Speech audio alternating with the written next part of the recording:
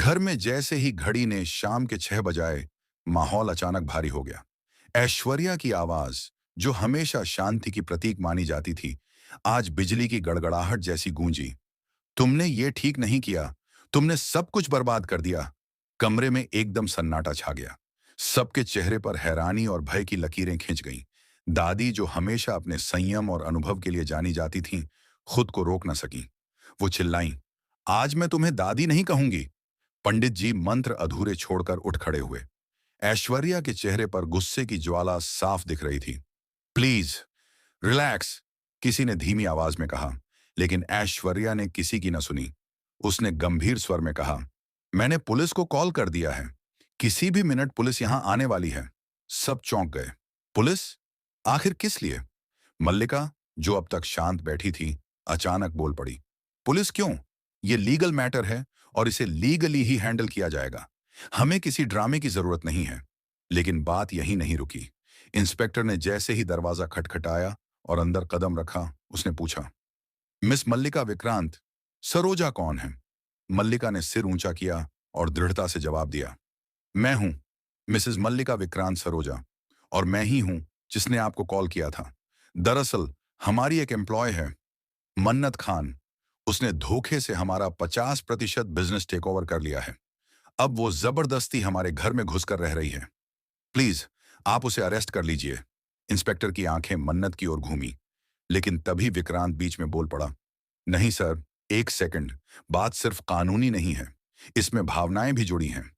मल्लिका भड़क उठी, तू तरीका छोड़ विक्रांत। वैसे भी ये वकील कुछ नहीं कर पाएंगे। जो हो रहा है उसे होने दे। अब सबकी निगाहें मन्नत पर थीं। वो चुपचाप खड़ी थी, पर उसकी आंखों में आंसुओं की जगह कुछ और था। जैसे कोई राज, कोई तैयारी। किसी ने धीमे से कहा, मेनू, बस वो लड़की इस घर में नहीं चाहिए थी। किसने क्या किया, इससे फर्क नहीं पड़ता। दादी ने गुस्से में कहा, तुम लोगों से कुछ नहीं होगा। मन्नत, तुमने जो किया है उसका अंजाम आज मिलेगा। लेकिन मन्नत की आवाज स्थिर और गूंजदार थी। मुझे नहीं समझ में आता कि कोई बात सुने बिना फैसला कैसे सुना सकता है। क्रांति, जो अब तक सब कुछ चुपचाप देख रही थी, बोली, अगर हम वेंडर्स के वो बिल्स देख लें जो मिस मन्नत ने दिए थे, तो शायद सच्चाई सामने आ जाए।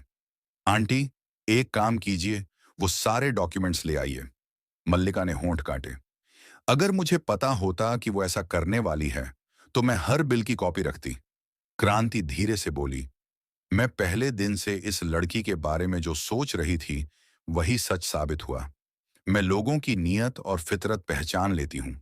तब भी मैंने कहा था, उसे घर से निकालो। लेकिन तुमने नहीं सुना विक्रांत। अब विक्रांत ने अपनी चुप्पी तोड़ी। हर बार तुम सब ने मन्नत को गलत समझा, लेकिन शायद सच्चाई कुछ और है। दादी ने तंज कसा, अभी उस भरोसे की कीमत चुका रहे हो ना? ऐश्वर्या ने फिर वही बात दोहराई, तूने सब बर्बाद कर दिया। और फिर से पुलिस को लेकर सबका ध्यान खींचा। सर प्लीज, आप सब रिलैक्स करो। पुलिस किसी भी वक्त यहां आ सकती है। इंस्पेक्टर ने एक लंबी सांस ली और कड़क स्वर में बोला, अब हर किसी की बात सुनी जाएगी।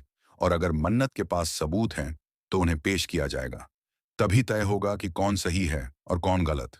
कमरे में एक तनाव भरा सन्नाटा छा गया। हर किसी के चेहरे पर एक कहानी थी, कुछ गुस्से की, कुछ पछतावे की और कुछ डर की। मन्नत अब सामने आई और उसने फाइलों का एक बंडल इंस्पेक्टर को थमा दिया। ये रहे सारे वेंडर्स के ओरिजिनल बिल्स। और अगर आप चाहें तो बैंक ट्रांजैक्शंस और ऑडिट रिपोर्ट भी देख सकते हैं। मैंने कुछ भी चोरी से नहीं लिया, बस जो मेरा था वो बचाया है। इंस्पेक्टर ने फाइलें खोली। सारे दस्तावेज सही थे। अब चेहरों पर हवाइयां उड़ने लगी। मल्लिका की आंखें फैल गईं। ये सब कैसे? मन्नत ने धीरे से कहा, जिसे तुम धोखा कह रही हो, वो सिर्फ तुम्हारे झूठ का पर्दाफाश था। विक्रांत आगे आया और मन्नत के कंधे पर हाथ रखा। अब सच सामने है और मुझे गर्व है कि मन्नत ने सब कुछ अपने दम पर संभाला।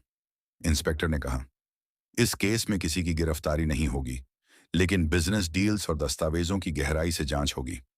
इतना कहकर वो बाहर निकल गया। अब घर में सबके बीच सिर्फ सन्नाटा रह गया। ऐश्वर्या अब भी सिहर रही थी। मल्लिका ने गुस्से से एक कुर्सी पर हाथ पटका, लेकिन उसकी चालें नाकाम हो चुकी थीं। और मन्नत, वो पहली बार मुस्कुराई, पर वो मुस्कान जीत की नहीं, बल्कि एक लंबे संघर्ष के बाद मिली राहत की थी।